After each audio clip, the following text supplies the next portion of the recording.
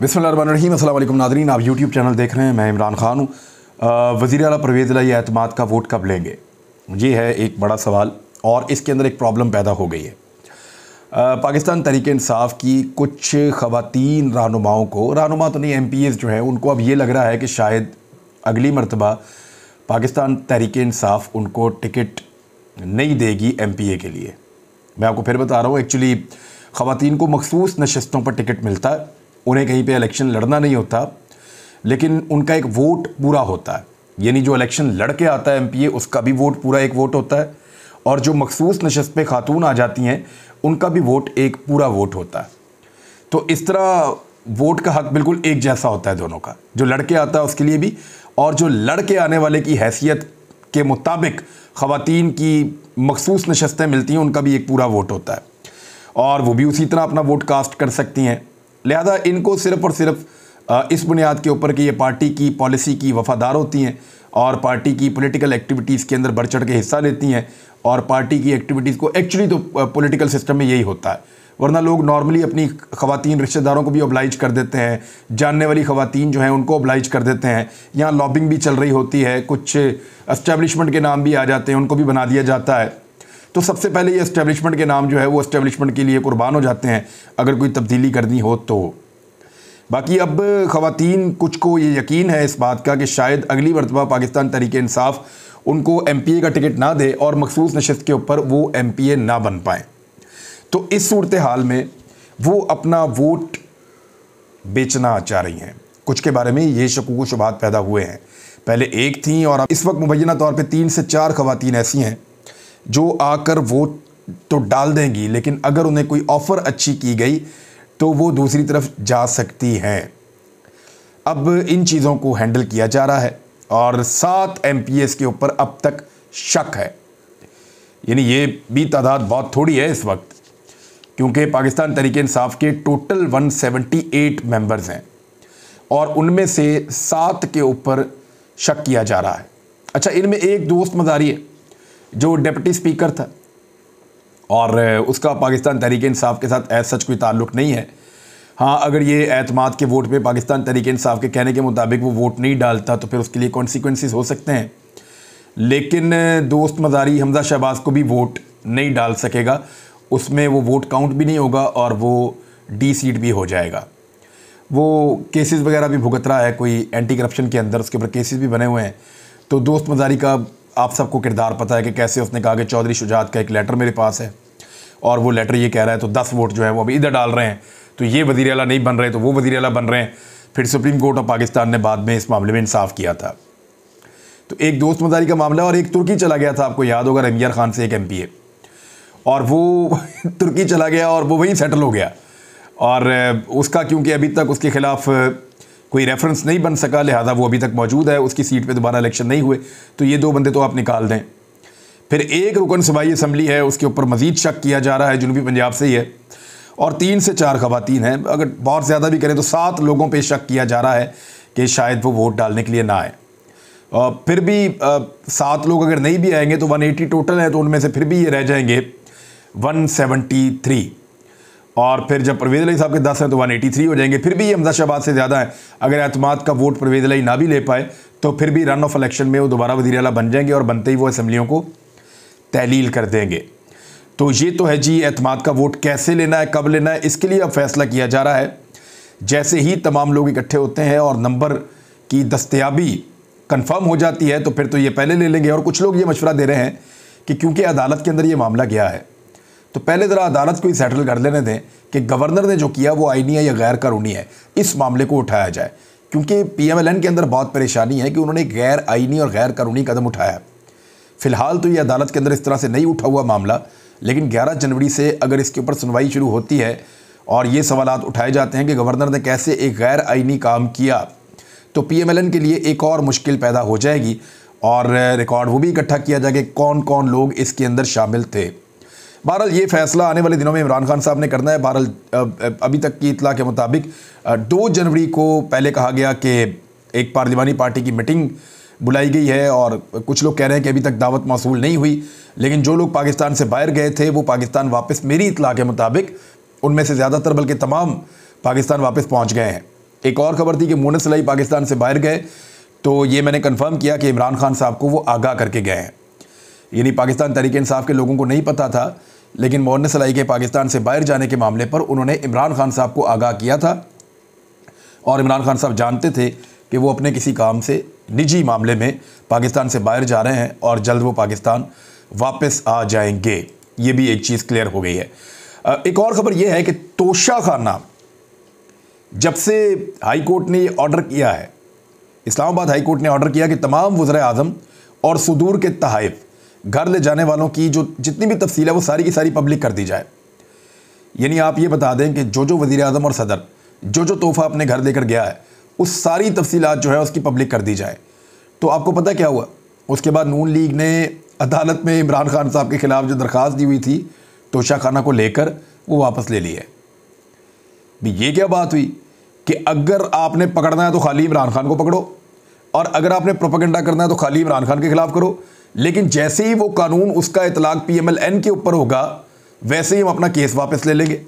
भाई डर किस बात का है?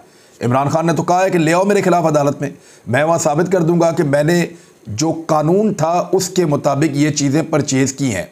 मैं रसीदें भी दिखाऊंगा, मैं कानून भी दिखाऊंगा और मैं साबित करूंगा कि मैंने कुछ गलत नहीं किया। जो चीज़ें ख़रीदी वो मेरी मलकियत थी, मैंने उनको बाद में भेज दिया। यही इमरान खान साहब कहते हैं, अब मैं जो मर्ज़ी करूं। लेकिन दूसरी जानिब PMLN ने क्या कुछ वसूल किया और वो चीज़ें कहाँ हैं, क्या वो दिखा सकते हैं? उन्होंने आगे किसको दी, क्या वो बता सकते हैं? उन्होंने कितने में ख़रीदी, क्या वो बता सकते हैं? उन्होंने क्या कुछ ख़रीदा, क्या वो बता सकते हैं? बहुत बुरी तरह कानूनी नुक्ता नज़र से फंस गए और अपना केस जो उन्होंने किया हुआ था इमरान खान साहब के ऊपर वही वापस ले लिया। यानी इस्लामाबाद हाई कोर्ट ने जैसे ही ऑर्डर किया to public record of all prime ministers and president, PMLN has withdrawn its application against Imran Khan in Toshakhana case. यानी आप मुनाफिकत की इंतहा देखें कि केस ही वापस ले लिया, जिसके ऊपर पूरा का पूरा नवाज शरीफ ने, शहबाज शरीफ ने, फजलुर रहमान ने, आसिफ अली जरदारी ने, बिलावल ने, मरियम ने, साद रफ़ीक ने, एहसन इकबाल ने, राणा सनाउल्लाह ने, यानी मैं किसका नाम लूँ जो मिस हो गया बीच में से। जिस तोशाखाना को बुनियाद बनाकर PDM की तमाम जमातों ने इमरान खान के ख़िलाफ़ एक बहुत बड़ा महाज खड़ा किया हुआ था, जिस वक्त उसका हिसाब देने की बारी आई तो इमरान खान के अलावा कोई और हिसाब देने के लिए खड़ा नहीं हुआ, बल्कि अपनी दरख्वास्तें वापस लपेट के भाग गए। ये है फ़रार। अदालत में जाओ वहाँ से फ़रार, इलेक्शन में जाओ वहाँ से फ़रार, किसी भी मामले के ऊपर बहस करो वहाँ से फ़रार, किसी भी चीज़ के ऊपर सवाल उठाओ वहाँ से फ़रार। और इससे पहले तो ये सारे मफरूर थे ही, और अब जाके अपने केसेस एक एक करके ख़त्म करवा रहे हैं। जैसे जैसे इसहाक डार को कामयाबी मिल रही है वो अपनी जायदादें रिकवर कर रहे हैं, अपनी चीज़ों को तेज़ी से हासिल कर रहे हैं, अपने केसेस में NRO ले रहे हैं, वैसे वैसे पाकिस्तान डूबता चला जा रहा है। पाकिस्तान की इकॉनमी ऐसा लगता है जितना ज़्यादा डूबेगी इसहाक डार के मामलात उतनी जल्दी हल होंगे, और लगता है उनकी सारी तवज्जो जो है वो इसी चीज़ पे है कि मैंने अपने आप को क्लियर कैसे करना है।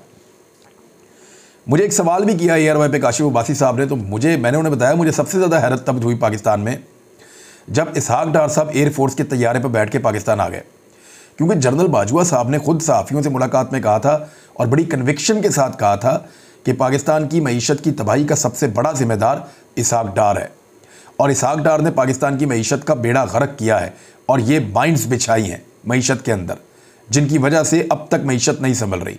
ये इमरान खान साहब के दौर में सहाफ़ियों को जनरल कमर जावेद बाजवा साहब ने बताया था। लेकिन अब आप ये देखें कि जनरल कमर जावेद बाजवा साहब के दौर में इसहाक डार साहब एयरफोर्स के तैयारे में बैठकर वापस आते हैं वज़ीर आज़म के साथ प्रोटोकॉल में, और मफरूर हैं, इश्तिहारी हैं, उन्हें बेल मिल जाती है, फिर वो सेनेटर बन जाते हैं, फिर वो वज़ीर बन जाते हैं, फिर वो मईशत को संभालते हैं और फिर मईशत को तबाह कर देते हैं। अब सिर्फ डार साहब की अपनी मईशत चल रही है, पाकिस्तान की मईशत तो फ़िलहाल नहीं चल रही, और डार साहब की ज़िद की नज़र हो रही है पाकिस्तान की मईशत। और मईशत की इस तबाही के अंदर एक और अजीब व गरीब चीज़ मैं आपको बताने जा रहा हूँ, जिससे आप हैरान हो जाएंगे कि क्या पाकिस्तान को इन्होंने मजाक समझा हुआ है या तबाहल मईशत के दौरान ये अब तक इनकी सियासत ख़त्म नहीं हो रही। यानी तबाहल मईशत के बावजूद सरकारी मुलाजमीन को यहाँ तक तैयार किया जा रहा है ज़हनी तौर पे कि आपकी तनख्वाहों में और मुराद में अब कट्स लगेंगे, बड़े अफसरान को खुश करेंगे, और जो आम बेचारे छोटे ऑफिसर्स हैं बहुत बड़ी तादाद के अंदर जो सरकारी मुलाजमीन हैं उनके ऊपर बोझ पड़ेगा। आम पाकिस्तानियों के ऊपर टैक्सों का बोझ मज़ीद लादा जाएगा और मज़ीद उनके ऊपर बोझ चढ़ा दिया जाएगा और किसान परेशान होगा, मज़दूर परेशान होगा, गरीब आदमी, मेहनत कश तबका, middle class, lower middle class, ये लोग परेशान होंगे। गरीब तो बेचारा पिस ही गया बुरी तरह। तो इस बीच में अरकान असम्बली को जो है वो हर हाल में मकबूल बनाना है, और मकबूल बनाने के लिए क्या है कि उनको बहुत सारे फ़ंड्स दिए जाएं ताकि वो उन फंड से तरक्याती स्कीमें शुरू करें, और उनमें से कमीशंस भी हासिल करते हैं ये लोग, और जब वो कमीशन हासिल करते हैं तो वो पैसा अपने इंतखाबात में ख़र्चे के तौर पे बचा लेते हैं। ये एक सियासी रिश्वत के तौर पे स्कीमें दी जाती हैं। यानी तबाहाल मईशत के बावजूद हुकूमत की शाह खर्चियाँ जारी, पार्लियामेंटेरियंस की स्कीमों के लिए ख़जाने का मुँह खोल दिया गया है।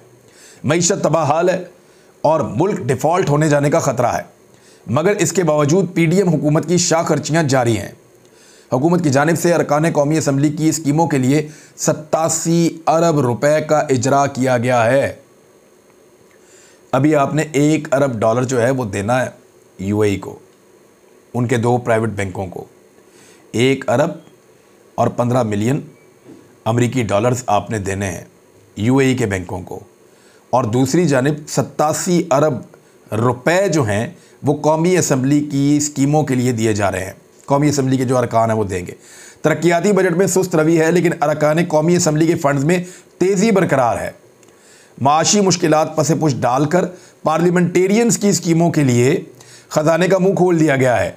यानी एक पार्लियामेंटेरियन आता है, एक MNA जो नून लीग से इलेक्शन लड़ना चाहता है फ़लाँ हल्के का, वो आता है आकर कहता है जी मैं अपने हल्के के अंदर ये स्कीम लेकर आना चाहता हूँ। उसकी बुनियाद पे वो लोगों को कहता है ये एक सियासी रिश्वत है, इसके बदले में आप मुझे वोट डालेंगे, और वो 2-3 स्कीमें दे देता है अपने हल्के की। उन स्कीमों के लिए फ़ौरी तौर पे पैसे दे दिए जाते हैं, और वो पहले ही जो ठेके शके करके उसमें से लोग कमीशन भी खा जाते हैं। वो कमीशन बहुत बड़े पैमाने पे बहुत ज़्यादा पैसे होते हैं, और उस कमीशन से वो अपने अगले इलेक्शन का ख़र्चा भी निकाल लेता है और अपने इलाके में सियासी रिश्वत भी दे देता है।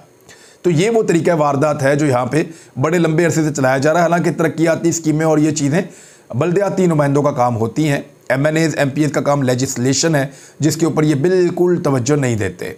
ये जो नवंबर का महीना गुजरा है ना, इसमें पार्लियामेंटेरियंस की स्कीमों पर 11 अरब रुपए से ज़ायद के अखराजात आए हैं, और यानी ये अब सियासी रिश्वत है और कुछ भी नहीं है। और इसी के ज़रिए से कोशिश की जा रही है कि अब लोगों को ख़रीदने की कोशिश की जाए। अगर इसमें भी कामयाबी मिलती तो कम से कम इलेक्शन में तो चले जाते। इलेक्शन में जाने से फिर भी डर रहे हैं। एक और मैं आपको चीज़ बताता हूँ, इमरान खान साहब ने जब 8 हल्कों से इलेक्शन लड़ने का फ़ैसला किया तो सारी PMLN ये कह रही थी कि करोड़ों रुपए ज़ाया हो जाएंगे पाकिस्तान के, क्योंकि इमरान खान एक सीट रख पाएंगे, बाकी सीटें छोड़नी पड़ेंगी, तो वो जो कौम का पैसा ज़ाया हो जाएगा उस पैसे की भरवाई कौन करेगा। और अभी इस्लामाबाद बल्दियाती इंतखाबात के इल्तवा से कौमी ख़जाने को करोड़ों का नुकसान हो गया है। अब कोई नहीं बोलेगा, अब कोई मीडिया वाला नहीं बोलेगा कि इमरान खान ने पैसे ज़ाया किए थे। अब तो ये भी पैसे ज़ाया कर रहे हैं।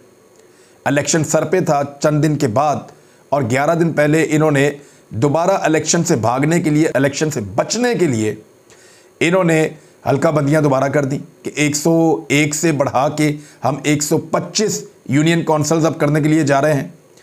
तो ये 10 करोड़ रुपए की लागत से तो बैलेट पेपर छापे गए थे, वो सारे के सारे ज़ाया हो गए हैं। इंतखाबी साजो सामान पर भी बहुत भारी रकूम खर्च हुई थी, वो भी सारी की सारी ज़ाया हो गई हैं। तो जितनी एफर्ट की गई थी 31 दिसंबर के इलेक्शन के लिए, वो सारी ज़ाया हो गई है। यहाँ पे असद कैसर साहब ने एक इंकशाफ किया है, और उनका ये कहना है कि वफाकी हुकूमत की जानिब से, यानी PDM की हुकूमत की जानिब से एक पेशकश तहरीक इंसाफ को की गई कि तवीलुल मुद्दत, यानी एक लंबी मुद्दत के लिए निगरान सेटअप लाया जाए और उसके बाद इंतखाबात करवाए जाएँ। क्यों जी? यानी जब भी अगर आप इक़्तिदार छोड़ते हैं तो आपका पहला नुक्ता नज़र ये होना चाहिए कि फौरी तौर पे 3 महीने में इलेक्शन हो और दोबारा आप इक़्तिदार में आ जाएं। लेकिन ये अजीबो गरीब हुकूमत है जो इक़्तिदार छोड़ती है तो कहती है कि एक लंबी निगरान हुकूमत बनाई जाए और इलेक्शंस को जितना दूर ले जा सकें उतना दूर लेकर जाएं। वजह यह है कि अवाम को शक्ल दिखाने के काबिल नहीं रहे, और रहेंगे कैसे? सिर्फ ये खबर आप देख लें कि घरेलू सार्फिन के लिए गैस 136% महंगी हो गई है। और ये खबर मैं कहीं और से आपको पढ़ के नहीं सुना रहा, ये मैं आपको समा से पढ़ के सुना रहा हूँ, जो हुकूमत का इस वक्त फेवरेट चैनल्स में से एक है। सिर्फ उसकी हेडलाइन आपको पढ़ के सुना देता हूं कि मजमूई सप्लाई में महंगी RLNG का हिस्सा 35% तक पहुंच गया, जिसके बायस घरेलू सार्फिन के लिए गैस 136% महंगी हो गई है। यानी इससे पहले जिसने गैस 100 रुपये की अगर किसी को बिल आया था तो उसको अब 236 रुपये बिल आएगा, क्योंकि 136% गैस महंगी हो गई है, दुगनी से भी ज़्यादा कर दी गई है। तो ये जब पाकिस्तानियों की आप हालत करेंगे तो उसके बाद कैसे मुमकिन है कि पाकिस्तानी आपको वोट डालें। ख्वाजा साद रफ़ीक अपने वालिद की जो बरसी की एक प्रोग्राम था उसमें वो बहुत बुरी तरह उन्होंने, यानी आप ये समझे कि भड़क उठे वो, और उन्होंने बिल्कुल ठीक बातें की हैं, बिल्कुल ठीक बातें की हैं। और ये बातें सियासतदानों को अगर समझ आ जाएं कि एस्टेब्लिशमेंट का क्या किरदार है, इदारों का क्या किरदार है, आमरीत ने क्या किया इस मुल्क के साथ और किस तरीके से गलत फैसले किए जाते हैं और करवाए जाते हैं, तो यही तो तमाम पॉलिटिकल पार्टीज़ का शिकवा है। और अभी यही खेल तो खेला है PDM की जमातों ने मिलकर, जिससे इमरान खान को रिजीम चेंज करके इक़्तिदार में से निकाला है। तो ख्वाजा साद रफ़ीक साहब ने जो बातें की हैं वो सुनने में तो बहुत ठीक हैं, लेकिन इस सारे जुर्म के अंदर ये लोग हिस्सेदार थे। और जो जुर्म इन्होंने किया उसकी पाकिस्तान ने सज़ा इस वक्त ये भुगती है कि पाकिस्तान के पास सिर्फ 5.8 अरब अमरीकी डॉलर्स रह गए हैं ख़जाने में। एक बहुत छोटा सा मुल्क है पाकिस्तान की निस्बत, सिंगापुर, बिल्कुल छोटा सा, और उसका जो ख़जाना है, जो कौमी ख़जाना उसका है, उसके अंदर 325 अरब डॉलर पड़े हुए हैं, इससे ज़्यादा पैसे पड़े हुए हैं। जितने पैसे पाकिस्तान के पास टोटल बचे हैं ना, वो हर महीने इतने ऊपर नीचे कर देते हैं। ये पाकिस्तान की हालत है कि चंद लाख आबादी वाले मुल्क पाकिस्तान के 22-23 करोड़ की आबादी वाले मुल्क से कितना आगे निकल चुके हैं, और इसकी कीमत हमें हर दिन चुकानी पड़ रही है बदकिस्मती से। अब तक इतना ही, अपना ख्याल रखिएगा, अपने चैनल का भी। अल्लाह हाफ़िज़।